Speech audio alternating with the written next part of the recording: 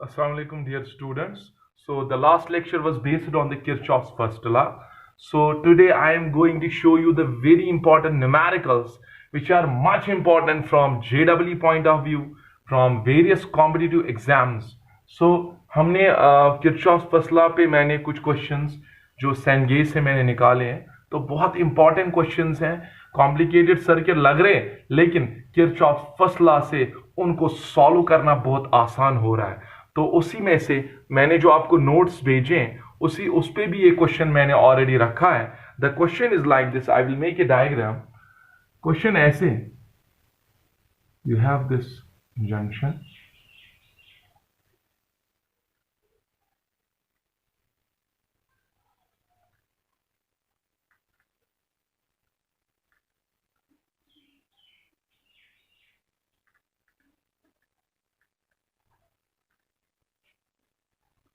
this is point A, this is point E, this is B point, C point and D point.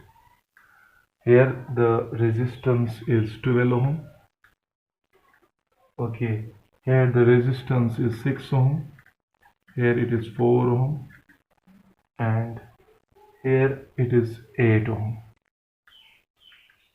Here the B is capped at a potential of 2 volt, C point is capped at a potential of 3 volt, whereas point D is capped at a potential of 4 volt. अब बेटा question क्या है यहाँ पर, suppose I is the current going toward junction E, then it breaks, it distributes, it divides, like here it is I1, I2 and I3. Now the question is that find the current flowing from A to E. So question is as shown in the figure.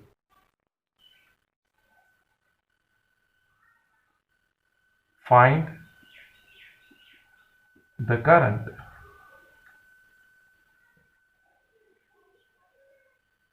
flowing from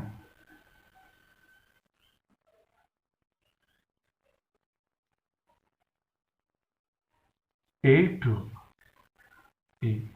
तो कैसे बेटा इस current को हम निकालेंगे? Listen, first of all यहां पर एक जंक्शन, पॉइंट ई पे एक जंक्शन, तो जंक्शन के पास हम यूजुअली, मैंने बताया था, जो किरचॉफ्स फर्स्ट लॉ है, it is applicable near the junction, it is applicable near the junction, that's why sometimes we call it as a junction rule. So let us apply junction rule near point E.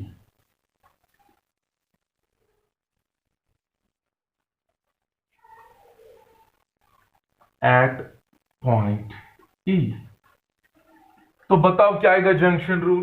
Current entering, total current entering the junction is equal to the total current leaving the junction.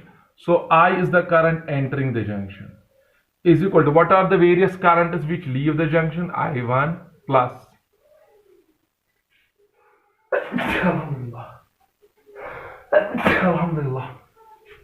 I1 plus I2 plus I3. Okay, so the total current entering the junction is equal to the total current leaving the junction. Now यहां बेटा current तो दी नहीं है, यहां पर क्या दिया है? यहां पे पोटेंशियल्स दिए हैं, this A is capped at a potential of 15 volt. अब मसला है कि हम करंट को, यहां तो करंट गिवन नहीं है, बल्कि क्या दिया है? यहां पे पोटेंशियल्स दिए हैं।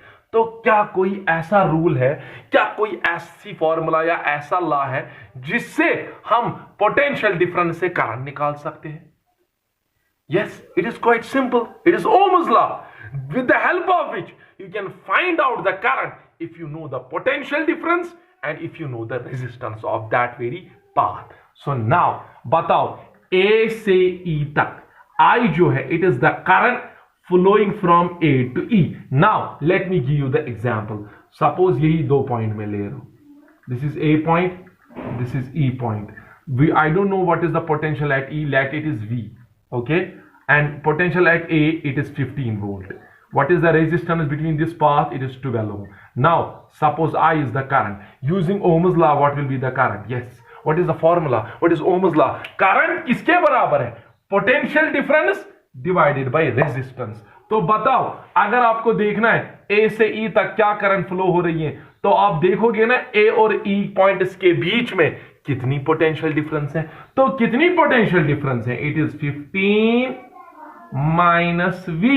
Why not V minus 15? Because current flows from high potential to low potential. तो 15 volt it is high potential, V should be low potential. इसलिए मैंने क्या लिखा? 15 minus V. डिवाइड क्या करोगे? रेजिस्टेंस, दैट इज 12 ओम। तो यहां से करंट निकलेगी ना बेटा। So current between any two points, remember किसी भी दो पॉइंट्स के बीच में आपको करंट देखनी हो तो आप क्या करोगे? आप उन पॉइंट्स के बीच में देखोगे, इस ये this point is at which potential and this one is at which potential. उन पॉइंट्स की पोटेंशियल डिफरेंस निकालो, डिवाइड करो बीच में जो रेजिस्टेंस है। So I will be replaced by 15 yes minus V divided by 12 is equal to, what about I1? I1 is the current flowing from point A to point B. Using Ohm's law, what you should do? Current between E and B will be equal to potential difference between E and B. E पे मान low potential है V, minus B पे क्या potential लिखेंगे? 2 volt, divided by what is the resistance of this path EB, that is 6 ohm. समझ आया मैंने क्या किया? E और B के बीच में जब करंट देखनी है तो आप देखोगे E और B में पोटेंशियल डिफरेंस कितनी है। E का पोटेंशियल पता नहीं है, let it is V, let it is V. So V minus B का पता है ना 2, so V minus 2 by 6. But you may ask the same question, sir, why V minus 2? Why not 2 minus V? Because current की direction देखो, and you know current always flow from high potential to low potential. So यहाँ पर ये जो V है, it is greater than 2 volt. So potential at E is greater than potential at B. Then the current will flow from E to B.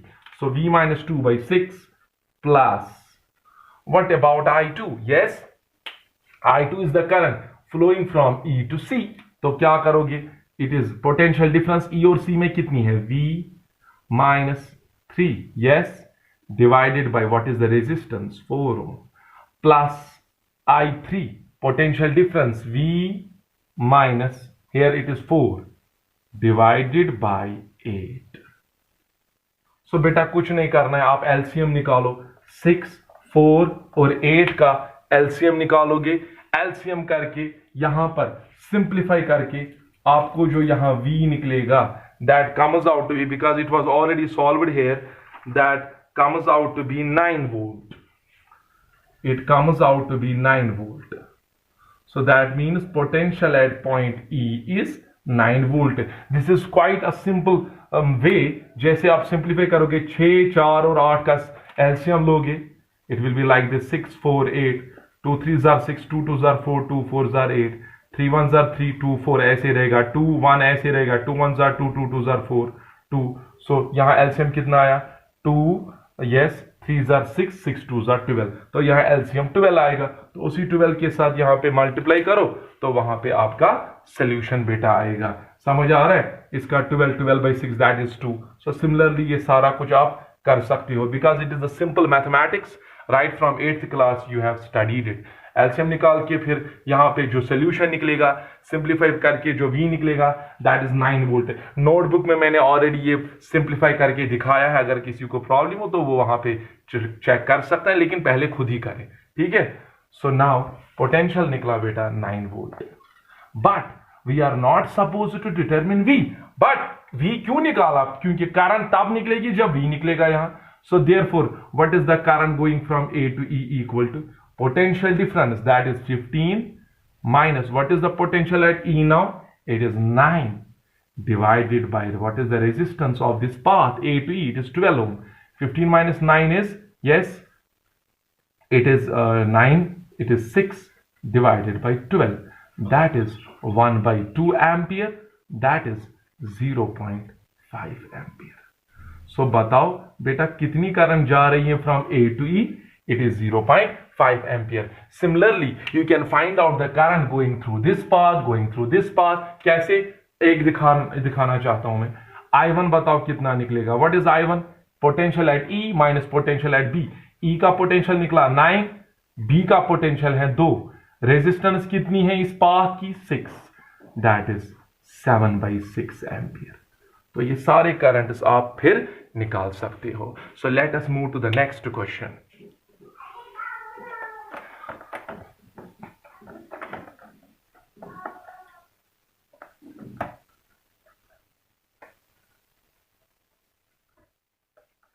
So one more question I want to discuss here is, यहां पर question एक है, it is like this. You have the terminals. It is 15 volt and here the resistor is 12 ohm. Then this is the next terminal. This terminal is B. This is A terminal. Here there is another resistor whose resistance is 6 ohm. Then here this terminal is also grounded. Okay, then here we have another resistor along this path. This is point C. Here we have the resistance of 2 ohm. Okay, so question ऐसा है। तो अब हमें क्या बताना है? हमें बताना है कि यहां पर question is find the amount of current flowing through a switch S when the switch is closed in the figure shown. Question है यहां पर बेटा ये स्विच लगा के है। क्वेश्चन है बेटा जब ये स्विच ऑन करेगी यानी कि इस सर्किट को क्लोज करेगी, what will be the current going through switch, यानी कि हमें यहां से देखनी है कितनी करंट जाएगी यहां से। तो क्या करोगे बेटा? पहले आपको क्या करना पड़ेगा? You have to find out the directions of current. First of all आप ये देखोगे ये जो D है, this point D is grounded, so what is it is potential? It is 0 volt. Is that clear? Now 15 volt comparatively it is at high potential with respect to point D. So A के side से current flow होगी ऐसे। So let I is the current और I1 is the current going from A to B. ठीक है बेटा? अब क्या होगा यहां पर इस करंट की क्या हो जाएगी? डिस्ट्रीब्यूशन। लेकिन हमें ये देखना है बेटा ये जो C है ये किस पोटेंशियल पे है? C lies at a potential of 5 volt. Okay, समझ आ रहा है बेटा? तो C किस पोटेंशियल पे है? 5 वोल्ट पे। Now what does that mean? C भी जो है it is at high potential with respect to point D. So you know current always flow from high to low. तो क्या होगा यहां से भी करंट आएगी। Let I2 is the current coming from point C. Then वो भी कहां से जाएगी? नीचे से जाएगी। Let the total current going along this arm is I. तो बताओ ये जो I2 करंट है it is also coming from what point? C. क्यों? ऐसे क्यों नहीं हमने दिखाया? Because current always go from high potential to low potential. With respect to point D C is at high potential. With respect to point D, A is at high potential. तो current A से भी towards D जाएगी, current C से भी towards D जाएगी। Why? Because current always flow from high potential to low potential. Is that clear? Is that clear to you? So अब क्या करोगे बेटा? Now listen. तो यहां पर point B पे at point B I will apply KCL. Question क्या है? Find the current going through this arm, find the current through this switch S. तो हमें क्या करना है? हमने क्या देखा पहले? A is at 15 volt, that means it is at high potential with respect to this D.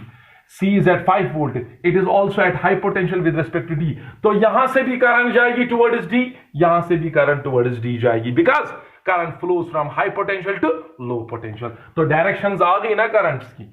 Now at point B apply KCL. So let us apply. What is KCL? Total current entering the junction. What are the currents entering the junction? I1 plus I2 is equal to total current leaving the junction. What is the current leaving the junction? It is I. So now अब क्या करोगे बेटा? फिर से मसला है, यहां current तो दी नहीं है, I1 is the current going between points A and B. I2 is the current flowing between point B and C or C and B. तो लेकिन यहाँ I नहीं दिया है लेकिन potentials दिए हैं. So again with the help of Ohm's law you can find out. So I1 is the current between A and B. आप क्या निकालोगे? इनके बीच में पोटेंशियल डिफरेंस. कितनी पोटेंशियल डिफरेंस है? 15 माइनस B का पोटेंशियल नहीं दिया है, let it is V. So I will write here it as V divided by what is the resistance? It is 2 ohm.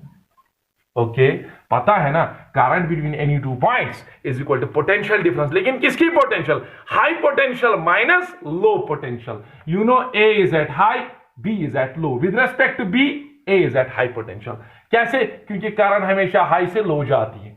तो 15 minus V by 2 plus what about I2? I2 is the current going from C to B. What does that mean? C is at high, B is at low. तो पहले कौन सा potential लेगी? High. It is 5. Yes. Minus what is this? It is V divided by shabash divided by 2 is equal to what is the current going between B and D? It will be equal to V minus 0 divided by 6. ठीक है बेटा, तो आप क्या करोगे? इसको solve करो. Solve करके क्या आएगा ये? It will be 20 minus 2V divided by 2 is equal to V by 6.